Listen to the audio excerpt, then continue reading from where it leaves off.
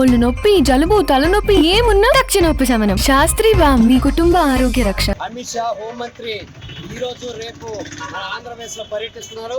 అతని రాష్ట్రానికి వీల్లేదు, వెనక్కి వెళ్ళాలి, రావద్దని డిమాండ్ చేస్తూ వామపక్ష పార్టీల ఆధ్వర్యంలో ఈ రోజు నిరసన తెలియజేస్తున్నాం. కేంద్ర హోంశాఖ మంత్రిగా ఆయన దేశంలో ఎక్కడైనా పర్యటించే అధికారం, హక్కు ఆయనకున్నాయి.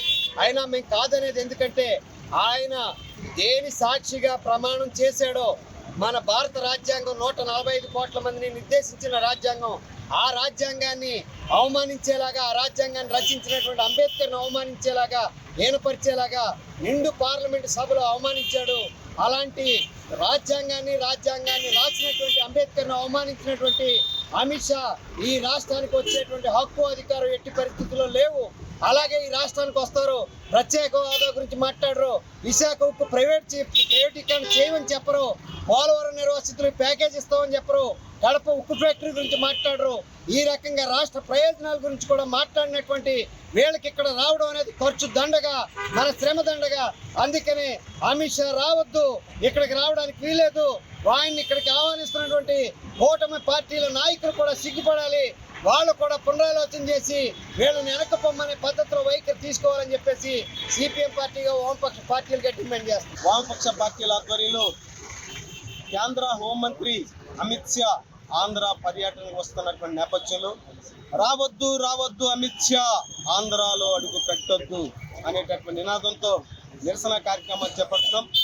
ప్రజాస్వామ్యంలో కొన్ని రాజ్యాంగ హక్కులు ఉన్నాయి.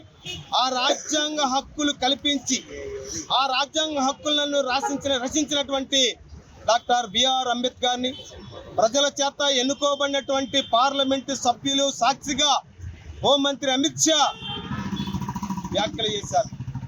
ఇది చట్టరీత్యా నేరం, ఇది అప్రజాస్వామికం. కనుక రాజ్యాంగబద్ధంగా అమిత్ షా మీద కేసు పెట్టవలసిన బాధ్యత ప్రభుత్వ యంత్రాంగం మీద ఉంటుంది, కేంద్రం మీద ఉంటుంది. అటువంటి రాజ్యాంగ నిర్మాత అంబేద్కర్ని, రాజ్యాంగాన్ని, ప్రజాస్వామ్యాన్ని హేళన చేసి మాట్లాడేటటువంటి అమిత్ షా ఆ సీట్లో కూర్చునేటటువంటి హక్కు కూడా లేదు. ఎందుకంటే ప్రజల యొక్క ప్రజాస్వామ్య హక్కులను రచించినటువంటి, ప్రజాస్వామ్యాన్ని, రాజ్యాంగాన్ని హేళన చేసి మాట్లాడే వ్యక్తి ఎవరైనా ఆ సీట్లో కూర్చునే హక్కు లేదు. అటువంటి అమిత్ షా ఆంధ్రప్రదేశ్కి అడుగు పెట్టడం అంటే ఆంధ్రప్రదేశ్ హక్కులను కాలరాసే యొక్క ఓ దుర్మార్గమైన ఆలోచనతో ఆంధ్రప్రదేశ్ అడుగుపెట్టారు. గో బ్యాక్ అమిత్ షా, నీకు ఆంధ్రప్రదేశ్కి అడుగు పెట్టే హక్కు లేదు, ప్రజాస్వామ్యంలో మాట్లాడే హక్కు లేదు, రాజ్యాంగ మౌలిక సౌకర్యాలను హేళన చేసేటటువంటి నువ్వు ఆ యొక్క సీట్లో కూర్చున్న హక్కు లేదని ఈ రోజు నిరసన కార్యక్రమం చేపడుతున్నాం. మరిన్ని వీడియోస్ కోసం ఛానల్ ని సబ్స్క్రైబ్ చేయండి. లేటెస్ట్ అప్డేట్స్ కోసం వాట్సాప్ ఛానల్ ని ఫాలో అవ్వండి. ఆ లింక్ డిస్క్రిప్షన్ లో ఉంది.